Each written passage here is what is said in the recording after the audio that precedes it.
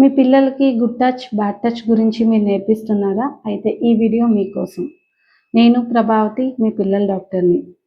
కొన్ని days back తునిలో ఒక incident జరిగిందండి. మీ అందరికీ తెలిసిందే. ఒక ముసలాయన ఒక చిన్న పాప మీద అత్యాచారం చేశాడు. అది చాలా బాధాకరమైన విషయం. ఇలాంటివి జరగకూడదు.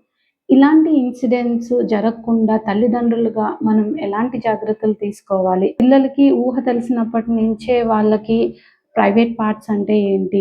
గుడ్ టచ్ ఏంటి? బ్యాడ్ టచ్ అంటే ఏంటి? అని నేర్పించాలండి. ఎక్కువగా అమ్మాయిలతో పోలిస్తే అబ్బాయిల్లోనే ఎక్కువ శాతం ఈ సెక్షువల్ హెరాస్మెంట్ జరుగుతుందండి. కాబట్టి ఆడపిల్లలకి, మగపిల్లలకి ఈక్వల్‌గా ఈ ఈ గుడ్ టచ్, బ్యాడ్ టచ్ గురించి నేర్పించాలండి. సెకండ్ థింగ్ పిల్లలకి మీ ఫోన్ నంబర్స్ అండ్ మీ అడ్రెస్ ఖచ్చితంగా తెలియాలండి. పిల్లల్ని పిల్లల్లాగే చూడాలని అంటారు. కానీ అది అన్ని సందర్భాల్లో అది వర్తించదండి. పిల్లల్ని ఒక ఇండివిడ్యువల్ లాగా చూడాలి. వాళ్ళ ఎమోషన్స్, వాళ్ళ ఫీలింగ్స్ మనం రెస్పెక్ట్ ఇవ్వాలి. అండ్ ఏ విషయాన్నైనా ధైర్యంగా, ఫ్రీగా చెప్పే వాతావరణాన్ని మనం కల్పించాలండి.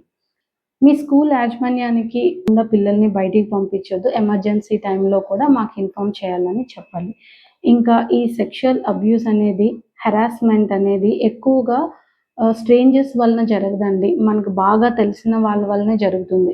కాబట్టి పిల్లలు ఎవరితో మాట్లాడుతున్నారు, ఎంత క్లోజ్‌గా ఉంటున్నారనేది ఒక కంటి కనిపెట్టాలండి. ఎన్ని జాగ్రత్తలు తీసుకున్నా కూడా ఒక్కొక్కసారి ఇలాంటి ఇన్సిడెంట్స్ జరుగుతాయండి. అలాంటప్పుడు పిల్లలకి ధైర్యం చెప్పి భరోసా ఇవ్వాలండి. వీలైతే సైకియాట్రిస్ట్ దగ్గరికి తీసుకెళ్ళి కౌన్సెలింగ్ ఇప్పించాలి. సో, ఈ జాగ్రత్తలు మీకు ఉపయోగపడతాయి అనుకుంటున్నాను. Thank you.